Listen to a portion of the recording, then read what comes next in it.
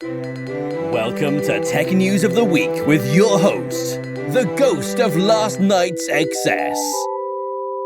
Welcome to Tech News of the Week. This is our weekly tech news podcast where Chris and I look at 4-ish stories that caught our eye this week. Chris, why don't you get us started with something from our favorite company, advertising company, Google.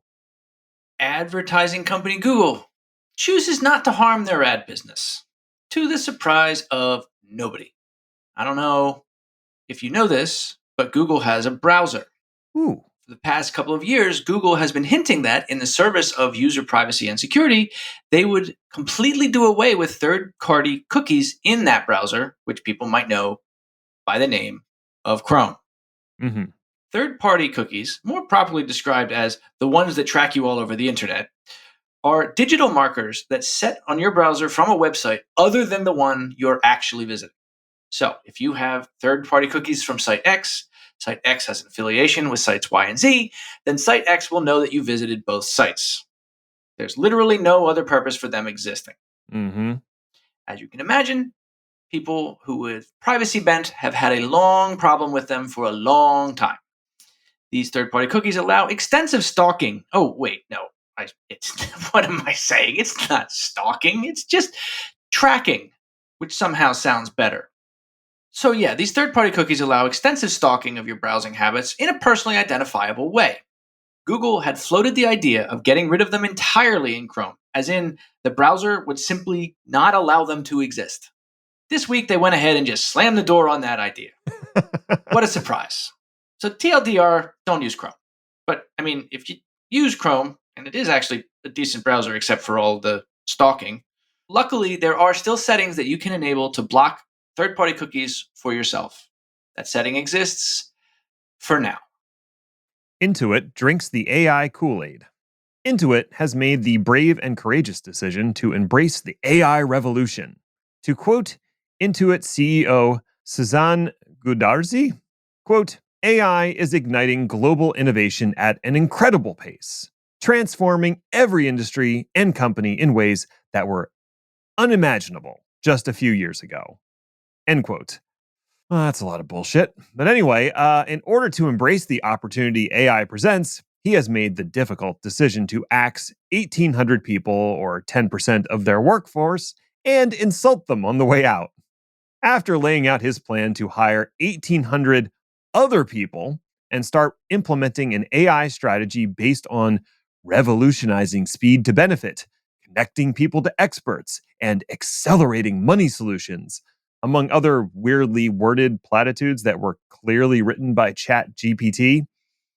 After all that, one might reasonably wonder why you couldn't take the existing 1,800 people already in your company and retrain them to help with this AI nonsense. The answer to that is, well, they suck.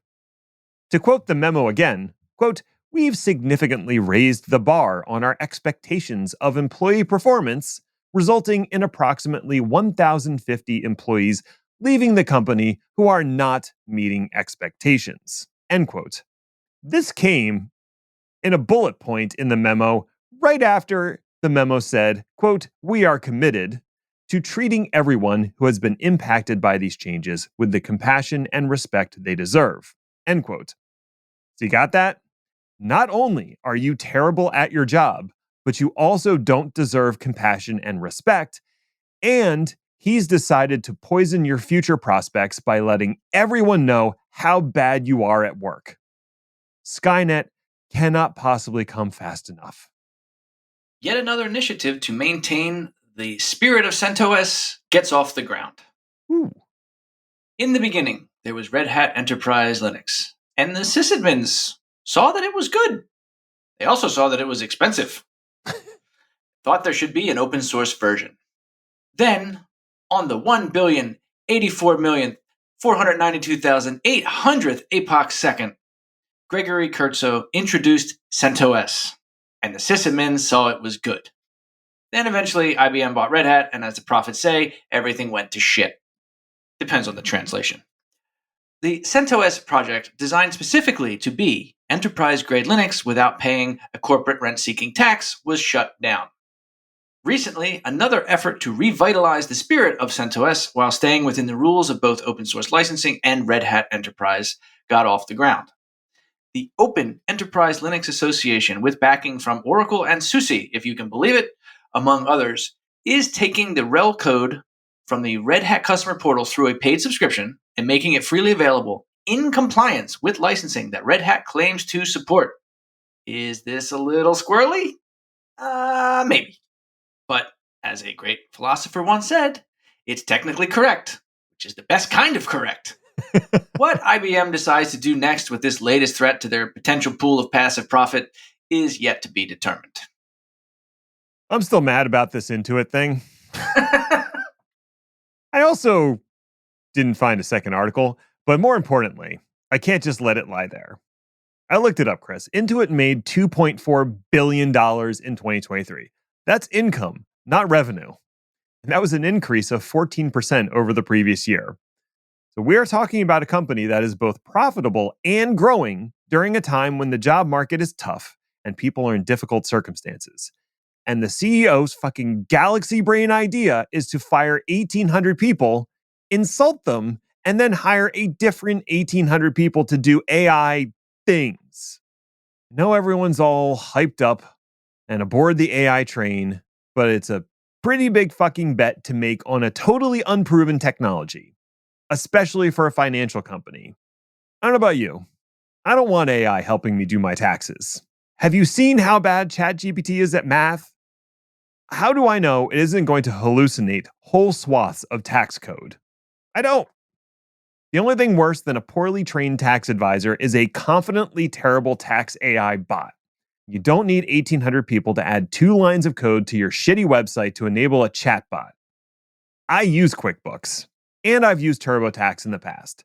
There is so much room for improvement in UI and UX. The one thing I've never wanted was an AI chatbot to pop up like a demented Clippy and say, "It looks like you're trying to file your taxes. Can I help?" No, you cannot. You can burn in the flames of hell. QuickBooks is fine, but this might make me reconsider it in favor of something else. The first hint of AI I see in QuickBooks will quickly result in migration planning commencing immediately. Fuck that guy. I just wish I knew how you felt. All right, that's it. We're done. Go away now. Bye.